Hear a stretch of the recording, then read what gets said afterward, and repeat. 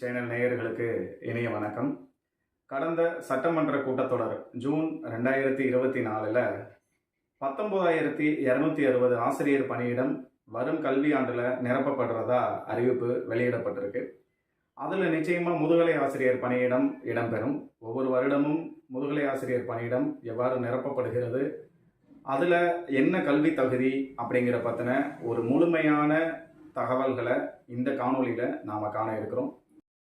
இந்த முதுகலை ஆசிரியர் தேர்வுக்கான பணியிடங்கள் என்னென்ன பணிகளுக்கு முதல்ல ஒவ்வொரு வருடமும் அறிவிப்பு வெளியாகும் அப்படிங்கிறத இப்போ நம்ம பார்ப்போம். முதல்ல போஸ்ட் கிராஜுவேட் அசிஸ்டண்ட்டு, அதாவது காமன் சப்ஜெக்ட் தமிழ், ஆங்கிலம், கணிதம், இயற்பியல், வேதியியல் இது மாதிரி இருக்க பாடங்கள் எல்லாருக்கும் காமனாக போஸ்ட் கிராஜுவேட் அசிஸ்டண்ட் அப்படிங்கிற அந்த பேருக்கு கீழே வரும். அதுபோக ஃபிசிக்கல் டைரக்டர் கிரேட் 1, அதாவது உடற்கல்வி இயக்குனர் நிலை 1 அப்படிங்கிற ஒரு பதவி. அதுக்கப்புறம் கணினி பயிற்றுனர் நிலை 1, கம்ப்யூட்டர் இன்ஸ்ட்ரக்டர் கிரேட் 1 அப்படிங்கிற இந்த 3 பதவிகளுக்கும் சேர்த்து ஒரே அறிவிப்பாக கடந்த காலங்களில் நமக்கு வெளியிடப்பட்டிருக்கு. முதுகலை ஆசிரியர் தேர்வுக்கு காலி பணியிடங்கள் எப்படி அறிவிக்கப்படும் அப்படின்னா, ஒவ்வொரு பாடத்திற்கும் பாடவாரியாக தனித்தனியாக எத்தனை காலி பணியிடங்கள், அதில் இடஒதுக்கீடுபடி, அதாவது தமிழ்நாட்டில் அனைத்து அரசு வேலை வாய்ப்புகளுக்கும் 69% இடஒதுக்கீடு முறை நம்ம பின்பற்றப்படுகிறது. அதன்படி என்னென்ன பாடங்களுக்கு எத்தனை இடங்கள் ஒதுக்கப்படும், அதில் எத்தனை இடங்கள் என்னென்ன கம்யூனிட்டிக்கு வழங்கப்படும் அப்படிங்கிறத சொல்லியிருப்பாங்க. அதோட தமிழில் படித்தவங்களுக்கு 20% இடஒதுக்கீடு உண்டு. அது மட்டும் இல்லாமல் 30% இடஒதுக்கீடு மகளிருக்கு வழங்கப்படுது. அதோட பர்சன் வித் டிசபிலிட்டி, அதாவது மாற்றுத்திறனாளிகளுக்கு 4% இடஒதுக்கீடு வழங்கப்படும். இதில் முதுகலை ஆசிரியர் தேர்வுக்கு மட்டும் போஸ்ட் கிராஜுவேட் அசிஸ்டன்ட் அப்படிங்கிற போஸ்ட்டுக்கு 10% இடஒதுக்கீடு அரசு பள்ளிகளில் இடைநிலை ஆசிரியராக பணிபுரிகிறவங்களுக்கு ஒதுக்கப்படும்.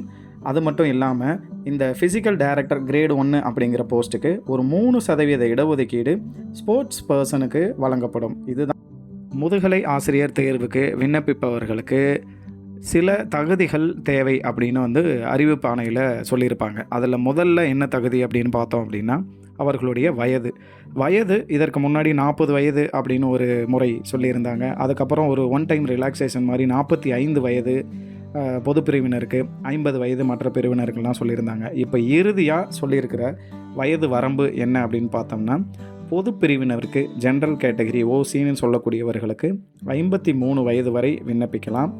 மற்ற பிரிவினர்கள் எல்லாருமே 58 வயது வரை விண்ணப்பிக்கலாம்.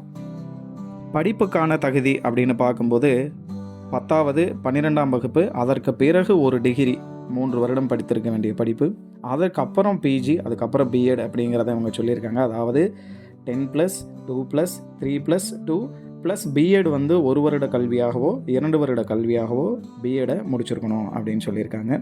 அது மட்டும் இல்லாமல் யூஜியும் பிஜியும், அதாவது இளங்கலை பட்டமும் முதுகலை பட்டமும் ஒரே பாடமாக சேம் மேஜராக இருக்கணும் அப்படிங்கிறதும் இதில் தகுதியாக பார்க்கப்படுது. முதுகலை கல்வியிலையும், அதாவது பிஜிலையும் பிஎட்லையும் 50% மதிப்பெண் குறைந்தபட்சம் பெற்றிருக்கணும் அப்படிங்கிறது அறிவிப்பாணையில் குறிப்பிடப்பட்டிருக்கும். அறிவிப்பாணையில் குறிப்பிடப்பட்டுள்ள அந்த கல்வி தகுதியை அந்த அறிவிப்பாணை வெளியாகிறதுக்கு அதில் ஒரு தேதி குறிப்பிடப்பட்டிருக்கும். இந்த குறிப்பிட்ட தேதி வரை கட் ஆஃப் டேட்டை கொடுத்துருப்பாங்க. அந்த தேதிக்குள்ளே முடிச்சிருக்கணும். அந்த டிகிரியை முடித்து சர்டிஃபிகேட்டு கையில் வாங்கியிருக்கணும். ஏன்னா தகுதி தேர்வு, ஆசிரியர் தகுதி தேர்வு எழுதுவதற்கு இறுதி வகுப்பில் படிக்கிறவங்க ஆசிரியர் தகுதி தேர்வை எழுதலாம் அப்படிங்கிற மாதிரி இருக்குது. ஆனால் முதுகலை ஆசிரியர் தேர்வுக்கு அப்படி எழுத முடியாது. அதில் குறிப்பிடப்பட்டுள்ள கல்வி தகுதியை முழுவதும் முடித்து சான்றிதழ் கையில் இருக்கணும். அவங்க என்னைக்கு விண்ணப்பிக்கிறாங்களோ அன்னைக்கு அந்த முழுவதுமான சர்டிஃபிகேட் அவங்க கையில் இருந்தால் தான் இதற்காக விண்ணப்பிக்க முடியும் அப்படிங்கிறத மனசில் வச்சுக்கணும். ஆசிரியருக்கான தேர்வு எப்படி இருக்கும் அப்படின்னா, மொத்தம் 150 கேள்விகள், எல்லாமே மல்டிபிள் சாய்ஸ் கொஸ்டின்ஸ் தான். 3 மணி நேரம் உங்களுக்கு தரப்படும். அதில் 150 கேள்விகளில் உங்களது மெயின் சப்ஜெக்ட், கோர் சப்ஜெக்ட்னு சொல்லக்கூடிய உங்களது பாடத்திலிருந்து 110 கேள்விகள் கேட்கப்படும். அதோடு எஜுகேஷ்னல் மெத்தடாலஜி, சைக்காலஜி இதெல்லாம் சேர்த்து ஒரு 30 கேள்விகள் கேட்கப்படும். அதுக்கப்புறம் ஜென்ரல் நாலேஜ், ஜிகேலேருந்து ஒரு 10 கேள்விகள். ஒவ்வொரு கேள்விக்கும் 1 மதிப்பெண் அடிப்படையில் 150 மதிப்பெண்ணுக்கு இந்த தேர்வு நடக்கும்.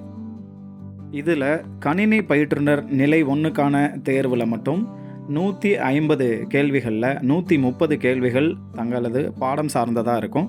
10 கேள்விகள் மட்டுமே எஜுகேஷ்னல் சைக்காலஜி அதை தொடர்ந்து இருக்கும். அதோட ஒரு 10 கேள்விகள் ஜிகேவாக இருக்கும். கடந்த 2 தேர்வுகளிலும் இப்படி தான் கேள்விகள் கேட்கப்பட்டிருக்கு.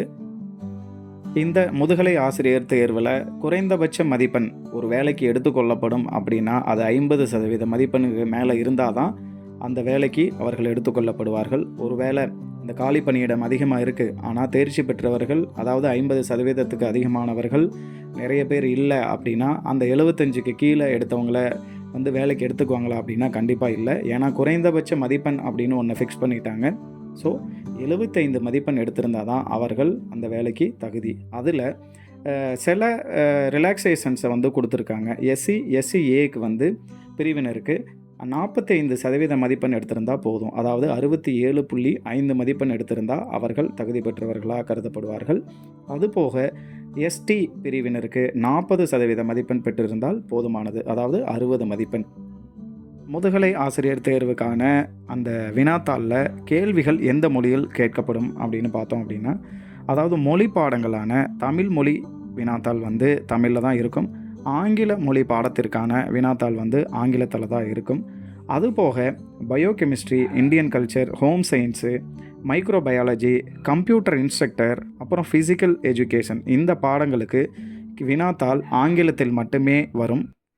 நாம் இதுக்கு முன்னாடி சொல்லியிருக்க மற்ற பாடங்களை தவிர்த்து மற்ற எல்லா பாடங்களுக்குமே வந்து போத் தமிழ் அண்டு இங்கிலீஷ் 2 மீடியத்திலையுமே வினாக்கள் கேட்கப்படும். இந்த முதுகலை ஆசிரியருக்கான தேர்வு நாம் எழுதி முடிச்சிட்டோம் அப்படின்னா நம்முடைய மதிப்பெண் கணக்கிடுவதில் ஒரு சில புதிய முறைகளை இப்போ வந்து ஆசிரியர் தேர்வு வாரியம் அவங்க வந்து பின்பற்றுறாங்க.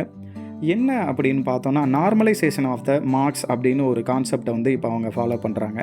நார்மலைசேஷன்னா என்ன அப்படின்னு பார்க்கும்பொழுது, இப்போது நடக்கிற எல்லா முதுகலை ஆசிரியர் தேர்வுமே வந்து ஆன்லைனில் கணினி வழியாக தான் நடக்குது. கணினி வழியாக தேர்வு நடக்கும்போது ஒரே செஷனில் ஒரு பாடத்திற்கான தேர்வு முடிஞ்சிட்டா அவர்களுடைய மதிப்பெண் எல்லாமே அவர்கள் என்ன மார்க் மார்க்ஸ் அவங்களுக்கு கிடைச்சிருக்கோ அதை அப்படியே வந்து கொடுத்துருவாங்க. ஒருவேளை ஒரு பாடத்திற்கான தேர்வர்கள் ரொம்ப அதிகமாக இருந்து காலையில் ஒரு தேர்வு, மதியம் ஒரு தேர்வு நடந்திருக்க பட்சத்தில் என்ன பண்ணுவாங்க அப்படின்னா நார்மலைசேஷன் பண்ணுவாங்க. ஏன் அப்படின்னா காலையில் வந்தவர்களுக்கு வேறு வினாத்தாலும் மதியம் வந்தவர்களுக்கு அது வேறு வினாத்தாலும் அப்படி இருக்கும்போது ஒருவருக்கு கடினமாகவோ இன்னொருக்கு ரொம்ப எளிமையாகவோ இருந்துடக்கூடாது அப்படிங்கிறதுக்காக இயல்பாக்கம் அப்படின்னு பேர் நார்மலைசேஷன்னா, அந்த நார்மலைசேஷனை ஒரு ஃபார்முலாக்குள்ளே கொண்டு போய் வச்சு அவர்களுக்கான மதிப்பெண் கணக்கிடப்பட்டு வழங்கப்படும். இந்த நார்மலைஸ்டு பண்ண மார்க்ஸ் எல்லாமே பார்த்திங்கன்னா அந்த டெசிமல் பாயிண்ட்ஸில் வரும். 93.4 இந்த மாதிரி ஒரு மதிப்பெண்ணில் வந்து எல்லாருக்கும் கிடைச்சிருக்கும். நாம் மேலே சொன்ன எல்லா முறைகளும் முடிஞ்சு கடைசியாக செலெக்ஷன் ப்ரொசீஜர், ஒரு வேலைக்கு தேர்ந்தெடுக்கப்படுவது எப்படி நடக்கும் அப்படின்னு பார்த்தோன்னா, தேர்வு முடிந்த பின்னாடி உங்களுடைய மதிப்பெண் பட்டியல் வரிசைப்படி உங்களுக்கு தரப்படும்.